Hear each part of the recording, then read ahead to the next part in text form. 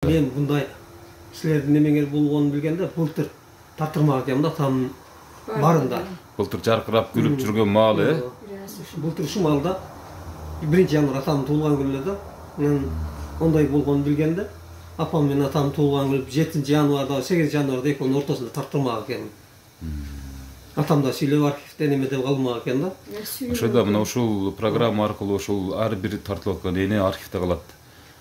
Аксакалдын дагы интервьюсу архивте калмак экен, бирок тилекке каршы биз андан кийин чыгарып калдык. Бул жаңы эле чыгып аткан программа 1 жыл болуп калды да, бул программанын чыкканына. Бирок эми эл журт көпчүлүк таанып, эми монтип чакырып жаткан учуру эми ушул Мисрат энебиздин элеси, Мисрат энебиздин айткан дуалары, тартылган тасмасы сиздер үчүн архив болуп калат. Урматтуу көрүүчүлөр, мынакей мен жанатан бери эң кичүү баласын эмне үчүн башкача образда сүйлөттүм себептегенде бул үйдүн куту болгон, бул үйдүн ушундай бир тирөөчү болгон атабыз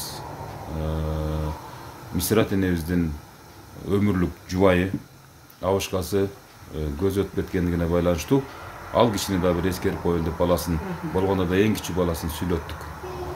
Сиздердин дагы ошол үчүн ата-энеңиздердин көзү тирүү мезгилинде ушинтип тасмага алып койсоңуздар, мына жогорудагы агабыз айткандай, кийин бир аттиң арман кылып калбайт элеңиздер деген ойду айткым келет.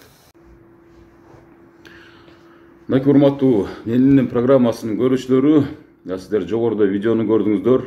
Эгерде сиздердин дагы ушундай бир ата-энеңиздер болсо, төмөндөгү телефондорго чалып кат жазыңыздар. Мен ар дайым күн түн тартканга даярмын.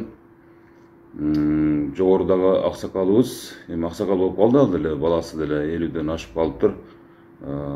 Эгерде атам болгондо аттиң арман тартырып калмак экен, атамдын ушул күнгө чейин бир да видеосу жок экен, болсо дагы профессионалдуу видеосу жок экен деген үмүттө өзүнүн бир арманын айтып отурат да. Ошон үчүн төмөндөгү телефондорго чалып жазыңыздар.